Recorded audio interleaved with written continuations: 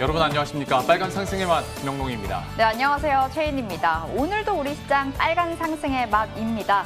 최근 들어서 우리 반도체 시장에서 굵직굵직한 뉴스들이 터지다 보니까 이러한 부분에 힘을 꽤나 받고 있는 것 같습니다. 예전에는 뭐 1년에 한 번 나올까 말까 한 이슈였는데 이게 한 1, 2주 사이에 막 터지다 보니까 당연히 뭐 삼성전자나 그리고 SK 하이닉스까지도 좀 분위기가 많이 달라지고 있는 양상인데 근데 오늘 주가 흐름들 보면 그러니까 많은 분들이 고민하는 것 같아요.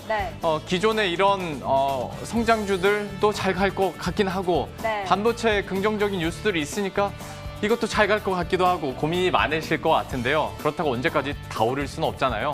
어떤 선택과 집중이 가능할지 오늘도 종목 전략 많이 준비했으니까요. 끝까지 함께해 주시기 바랍니다. 네, 들어가 보겠습니다. 빨간 상승의 맛 시작합니다.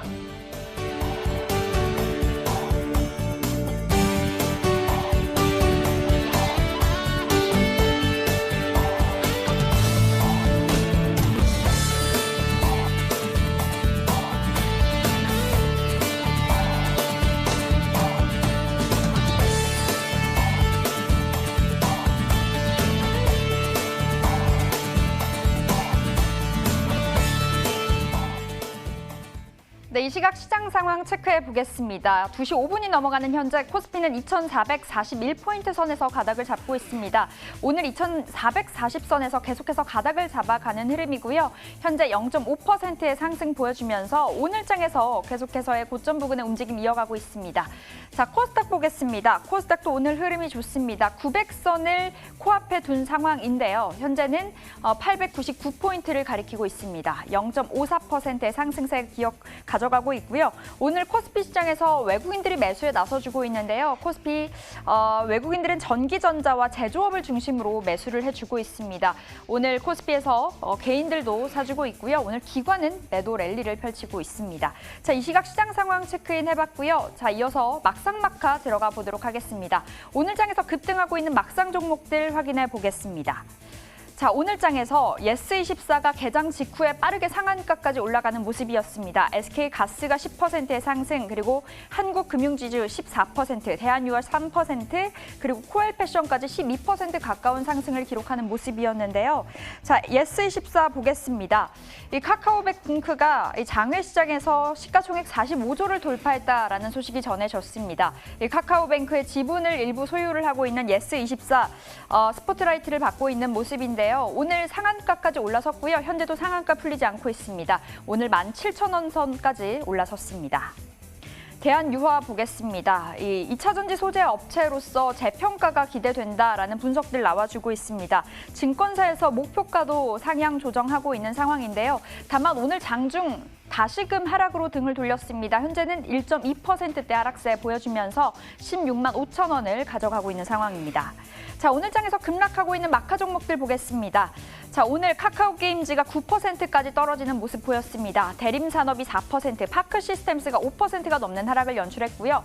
이마트가 3%, 그리고 대우조선해양까지 나란히 3%대 하락을 기록했습니다. 자, 대림산업 보겠습니다.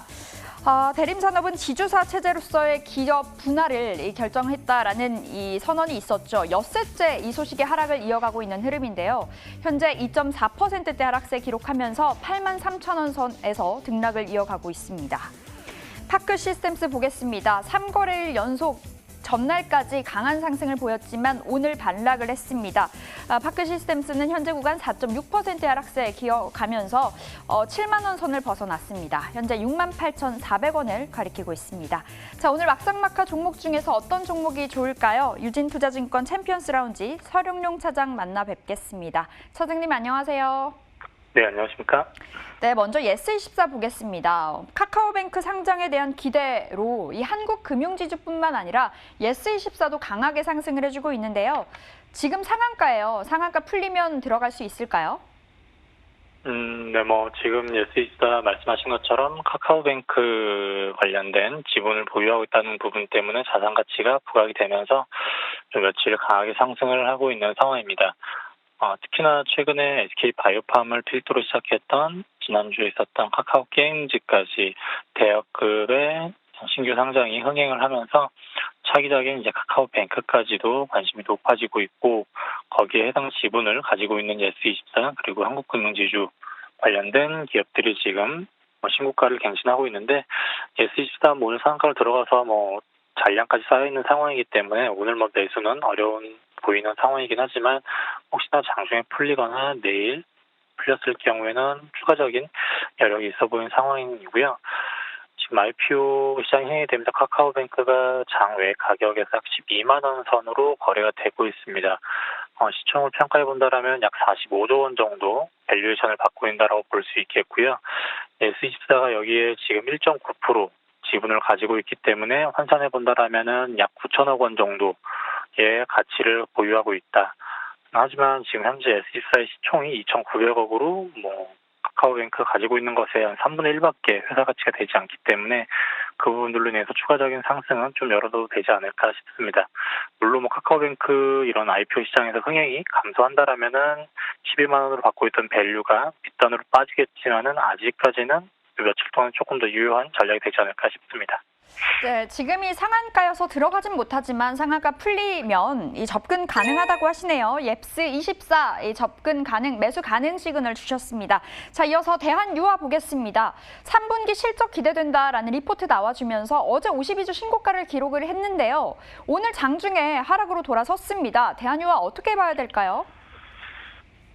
네, 여기 같은 경우에는 최근에 강세를 띄다가 오늘 조정을 받고 있는 모습이고요. 전일까지도 화학업체들 상승하는 데 있어서 함께 동참하면서 지금 계속해서 개선되는 모습들 바닥권에서 돌아선다고 볼 수 있겠습니다. 최근에 코로나로 인해 가지고 포장용기 등 관련해서 폴리에틸렌, PE라든가 HDPE 등 이런 부분들이 화학 제품들의 가격이 올라가고 있습니다. 반면에 국제 유가는 지금 계속해서 하락을 하면서 원가는 하락을 하고 제품 가격은 상승하는 스프레드 마진이 확대되면서 석유화학 업체로서는 호황을 누릴 수 있는 준비가 되어 있는 제품 가격대가 형성되고 있고 특히나 지금 국내뿐만 아니라 아시아 쪽 유럽들도 지금 증설과 정기 보수에 들어가면서 공급량은 제한적으로 줄어드는 상황이 되기 때문에 올 하반기로 갈수록 화학 제품들의 지금 공급이 제한적일 것으로 보이고 있고요. 이런 부분들이 수요로 이끄는 제품 가격 상승을 추가적으로 공급 부족으로도 더욱더 확대가 될 수 있기 때문에 하반기 때까지 쭉 봐도 되지 않을까 싶고요. 최근에 또 이슈가 되고 있는 전기차량 분리망용도 HDD 판매가 지금 늘고 있는 상황입니다. 이런 부분들은 추가적으로 밸류에이션의 업사이드를 만들 수 있는 요인이기 때문에 유효해 보이는 상황이고요. 3분기 때는 영업이익 약 650억 원 이런 부분들을 반영했을 때 여전히 좀 유효해 보인다. 오늘 좀 조정을 받고 있는 모습인데 지금쯤에서는 좀 더 접근을 하셔도 괜찮지 않을까 싶습니다. 네, 대한유화 지금 접근 가능 시그널 주셨습니다. 눈여겨놓고 챙겨보도록 하겠습니다. 자, 이어서 대림산업 보겠습니다. 지주사 체제로의 전환을 선언을 한 이후에 엿새째 내리막길을 걷고 있는데요. 보유자 관점에서 어떻게 좀 대응을 해봐야 될까요? 대림산업 같은 경우에는 건설주들이 지금 전체적으로 다 저평가를 받고 있지만 그 중에서도 더더욱 저평가를 받고 있는 기업 중에 하나입니다. 그래서 이런 부분들을 해소하기 위해서 회사 분할을 결정을 했고요. 분할을 하게 된다라면은 DL 주식회사와 그리고 건설사를 필두로 하게 된 DL ENC 그 밑단에 DL 케미칼 이렇게 세 개의 기업으로 쪼개는 그림을 그리고 있고요. 지금 대림 산업에 있어서도 지금 건설 부분에 매출이 85%로 대부분을 차지하고 있습니다. 하지만 다른 여타 부분들이 마이너스 나는 부분들이 있어서 상쇄되고 있는 상황이었었는데 독단적으로 나오게 된다라면 이 부분들은 조금 더 유효하게 DL ENC라는 건설 사업부는 추가적인 밸류에이션을 받을 수 있을 것 같고요. 하지만 이 부분이 큰 업사이드가 발생을 하지 않기 때문에 신규 매수는 자제를 해야 되지 않을까 싶고 기존 보유자들 같은 경우에도 기업 분할 이후에는 지주사는 좀 정리를 하고 사업부인 DL ENC만 보유를 하는 쪽이 유효하지 않을까 싶습니다. 네, 대림산업은 신규 매수 자제하자 의견 주셨습니다. 자, 이어서 파크시스템스 보겠습니다, 사장님. 너무 많이 오른 탓일까요? 3거래일 만에 쉬어가고 있는데요. 이 조정 구간에 진입했다 이렇게 봐야 될까요? 파크시스템즈 같은 경우에는 원자연 미경을 개발하고 생산하면서 나노 계측기를 만들고 있는 기업입니다. 이런 것들이 이제 연구용과 산업용 크게 두 가지 용도로 사용이 되고 있는데 연구용들이 주로 이제 바이오 산업에 사용됐다면 최근 산업용 원자 현미경이 반도체 사업 쪽으로 많이 출하가 지금 이루어지고 있는 상황입니다. 특히나 지금 미국 쪽에서 중국의 스믹 같은 경우를 제재를 하면서 파크 시스템즈가 추가적으로 반사 수혜가 될 것으로 예상이 되고 있고요. 지금 앞서 말씀드렸던 것처럼 산업용 반도체 향으로 나가는 원자 현미경이 2분기를 보았을 때 약 130억 원으로 130억 원 매출로 연구용보다 매출단에서 더 사업부별로 비교를 했을 때 더 커져가는 모습을 볼 수 있겠고 수주잔고도 6월 말 기준으로 했을 때 약 180억 원, 지금 현재까지 감안한다면 200억이 넘는 수주잔고를 확보해 놓은 상황이기 때문에 3분기, 4분기로 갈수록 산업용 원자 현미경에 대한 수주가 계속 이어질 거다 보이고 있고, 특히나 지금 비메모리형 반도체로 갔을 때 3나노 이하로 들어가게 된다라면 그 부분에 있어서는 원자 현미경에 대한 수요가 더욱더 증가할 것이기 때문에 이러한 부분들이 파크 시스템즈가 최근에 상승했던 이유를 좀 대변할 수 있지 않을까 싶고, 최근 워낙 변동률이 커서 조금 부담은 되지만 추가적으로 한 번 더 하락을 한다라면 그때는 매수하는 것도 유효하지 않을까 싶습니다. 네, 수주에 대한 기대가 살아있네요. 추가적으로 한 번 더 하락했을 때 들어가 보도록 하겠습니다. 파크 시스템스까지 체크를 해봤습니다. 자, 유진투자증권 챔피언스 라운지 서룡룡 차장과 함께했습니다. 오늘 말씀 고맙습니다. 네, 감사합니다.